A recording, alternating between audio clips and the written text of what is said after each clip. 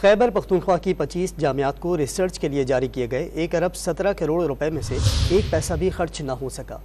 Governor secretariat report के मुताबिक खैबर पख्तूनख्वा में किसी भी जामिया ने रिसर्च की मद में 1 पाई भी खर्च नहीं की। तहकीक के लिए सबसे ज़्यादा फंड्स खैबर मेडिकल यूनिवर्सिटी को जारी हुए।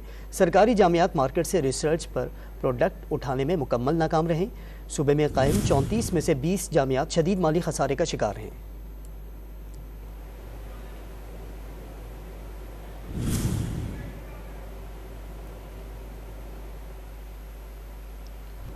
खैबर पख्तूनख्वा की 25 जामियात को रिसर्च के लिए जारी किए गए 1 अरब 17 करोड़ रुपए में से 1 पैसा भी खर्च न हो सका।